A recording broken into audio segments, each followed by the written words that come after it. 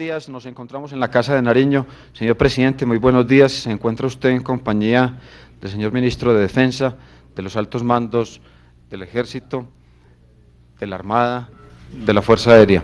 Muy buenos días, presidente. Muy buenos días, señor ministro, muy distinguidos generales y almirantes, compatriotas. Las Fuerzas Armadas de Colombia tienen un bien ganado prestigio. Cuando hay violaciones de derechos humanos, ese prestigio se enturbia. La política nuestra de seguridad democrática es una política sostenible, como lo requiere Colombia, en la medida que sea eficaz y que sea transparente. La transparencia es la adhesión rigurosa de esa política a los derechos humanos. No puede haber una sola violación de derechos humanos. A lo largo de este gobierno, hemos hablado de la necesidad de ser eficaces y simultáneamente transparentes. Los altos mandos, el ministro de Defensa, sus antecesores, mi persona, hemos procurado dar ejemplo, buen ejemplo, con dedicación, con lucha por la eficacia, con compromiso permanente por la transparencia. Hemos procurado dar buen ejemplo en nuestra manera de obrar y en lo que hemos dicho. En nuestras múltiples reuniones con las Fuerzas Armadas, en consejos privados de seguridad, en aquellas reuniones con la comunidad, en lo privado, en lo público. A raíz de las denuncias sobre el caso Soacha, el Ministerio de Defensa instaló una comisión investigadora. Se tomó la decisión primero, como en casos anteriores, y recuerdo el caso de Jamundí, de que ese caso, debe ser conocido en materia penal exclusivamente por la justicia ordinaria, por la Fiscalía General de la Nación, no por la justicia penal militar.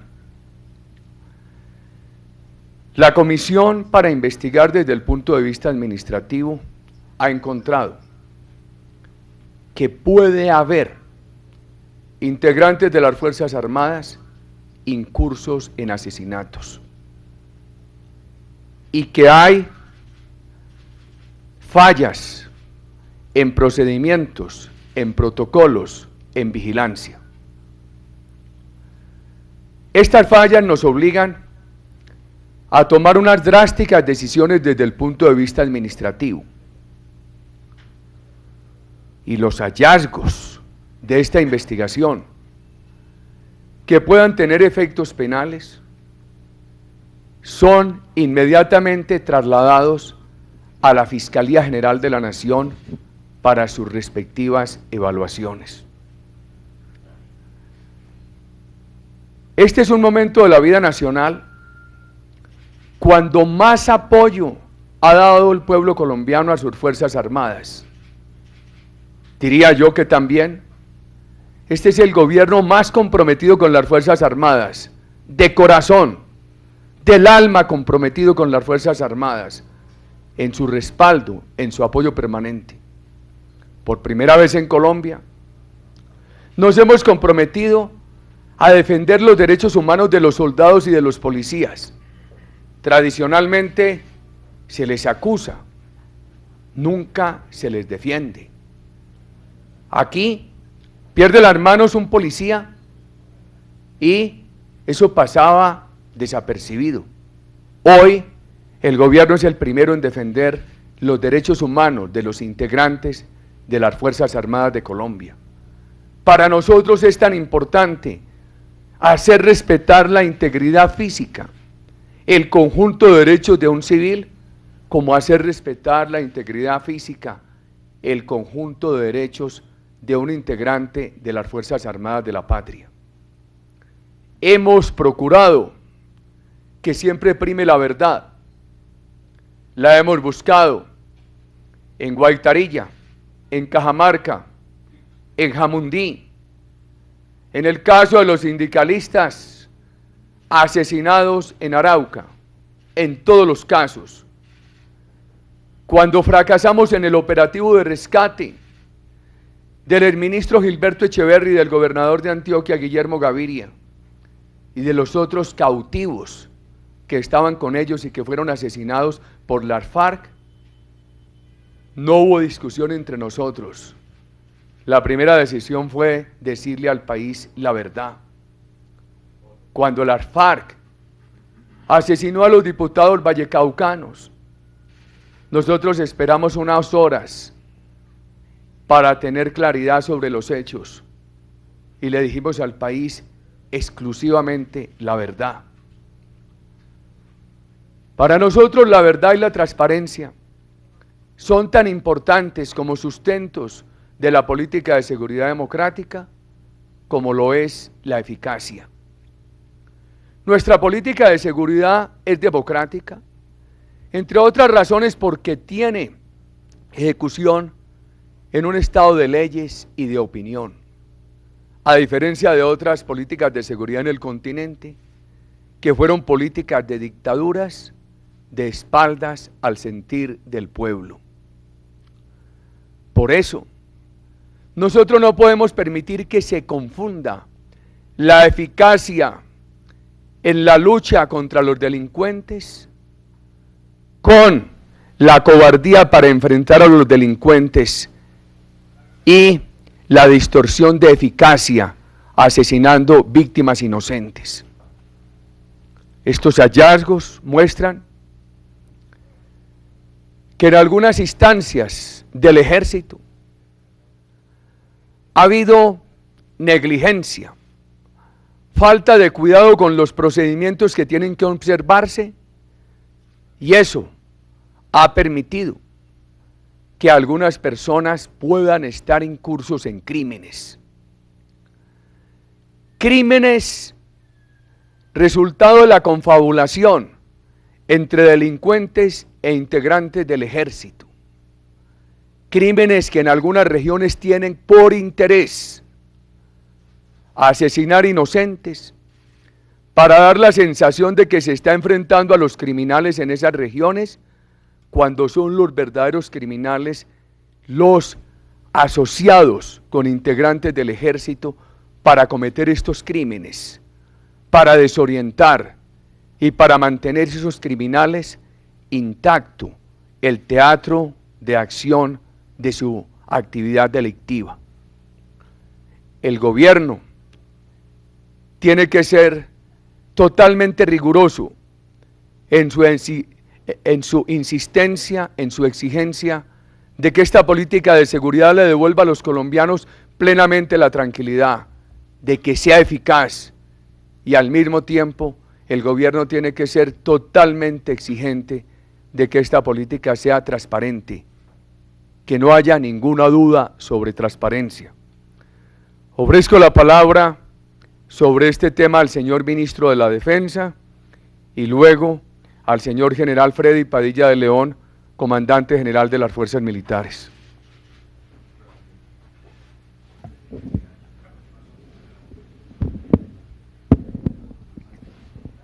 Gracias, presidente. Cuando llegamos al ministerio, encontramos en marcha una política del gobierno de cero tolerancia con cualquier violación de los derechos humanos, cero tolerancia con la corrupción. Dentro de esa política, para reforzarla, iniciamos una serie de procedimientos, de procesos, de capacitación, tanto en lo teórico como en lo práctico, para reforzar la política. Varios países amigos nos han venido ayudando, varios organismos internacionales han venido siguiendo este proceso y no hay lugar a duda, todos lo reconocen así, que las fuerzas militares han hecho un gran esfuerzo y que la situación de derechos humanos ha mejorado sustancialmente. Sin embargo, siempre hemos dicho que todavía nos falta un camino por recorrer y que estaremos siempre vigilantes para que no haya una sola violación de los derechos humanos. Dentro de ese espíritu, cuando supimos los hechos de Soacha, inmediatamente salimos ante la opinión pública a decir que se iniciara una investigación por parte nuestra y también instamos a la Fiscalía a que lo hiciera y que nosotros le daríamos todo el apoyo a la Fiscalía. Y dentro de ese proceso no fue solamente una, sino varias investigaciones las que se adelantaron.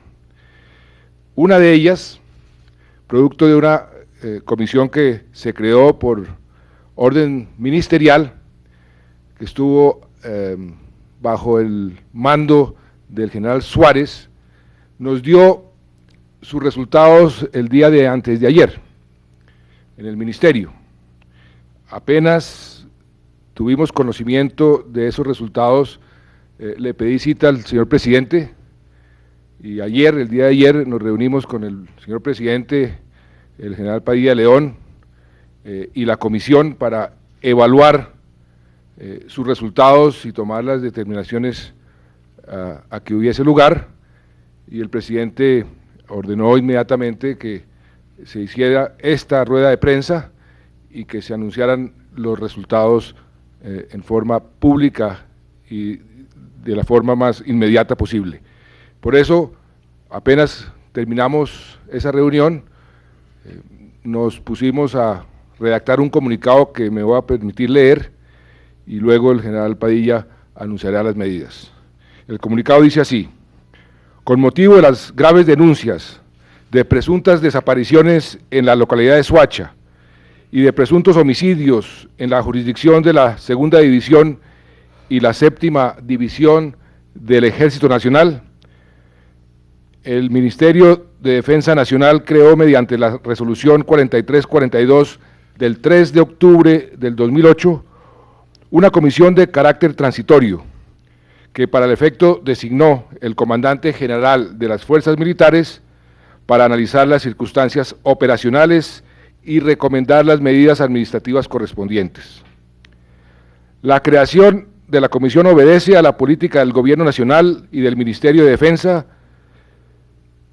de cero tolerancia con las violaciones a los derechos humanos.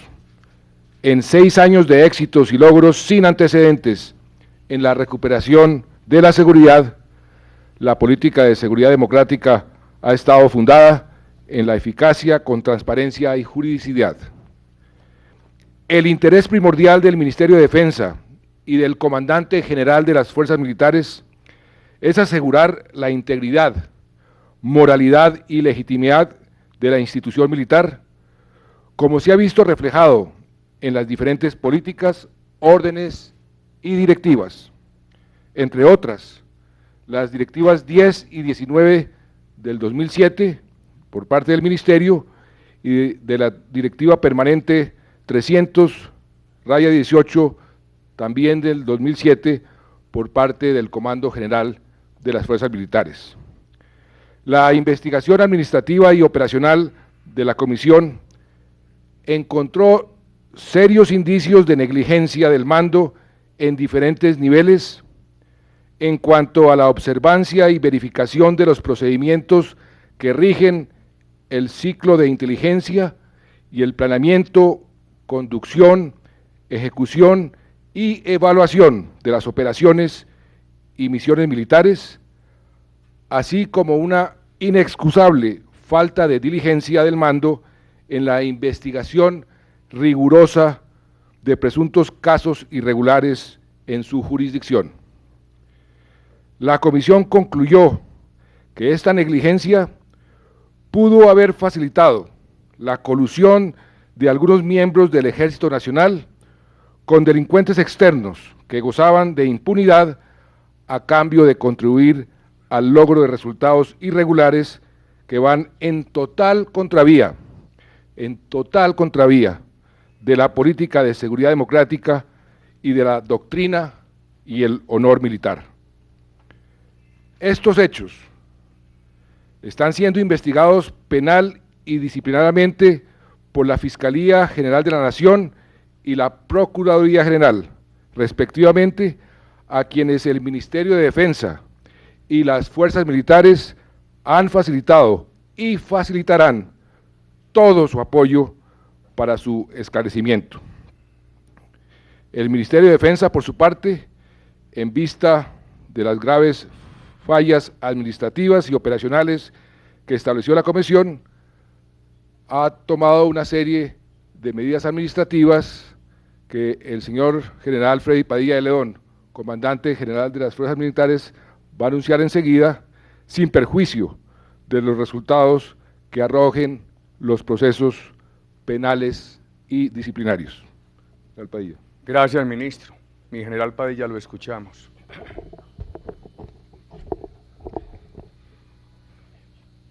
Previo al lleno de los requisitos legales, el Ministerio de Defensa Nacional ha decidido retirar del servicio activo, llamando a calificar servicio, o mediante el uso de la facultad discrecional, al siguiente personal del Ejército: Mayor General Pico Hernández Roberto, comandante de la 7ª División. Brigadier General Cortés Franco José Joaquín, comandante de la 2ª División. Brigadier General Coronado Gámez Paulino, comandante de la Brigada 30. Coronel Herrera Fajardo Santiago, excomandante de la Brigada Móvil 15. Coronel Barrera Jurado Juan Carlos, comandante de la 14ª Brigada. Coronel Castro Gámez Rubén Darío, comandante de la Brigada Móvil 15. Coronel Borges Botero Carlos, jefe de Estado Mayor de la Brigada 14. Teniente Coronel Tamayo Hoyos Álvaro Diego, comandante del Batallón de Infantería número 15, General Francisco de Paula Santander. Teniente Coronel Camelo Piñeros Néstor, excomandante del Batallón de Ingenieros Batalla de Calibío. Teniente Coronel Ramírez Cedeño Wilson, comandante del Batallón de Ingenieros Batalla de Calibío. Teniente Coronel Castro Pinto Wilson, excomandante del Batallón de Infantería General Rafael Reyes.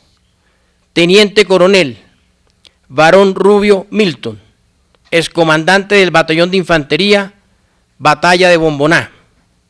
Teniente Coronel Rincón Amado Gabriel, oficial de operaciones de la Brigada Móvil número 15.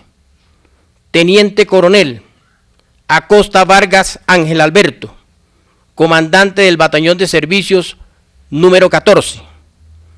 Mayor Rodríguez Mora Carlos Gilberto, oficial de inteligencia de la Brigada Móvil número 15. Mayor Vaquero Ramos José Simón, comandante del Batallón de Contraguerrillas número 96 de la Brigada Móvil número 15.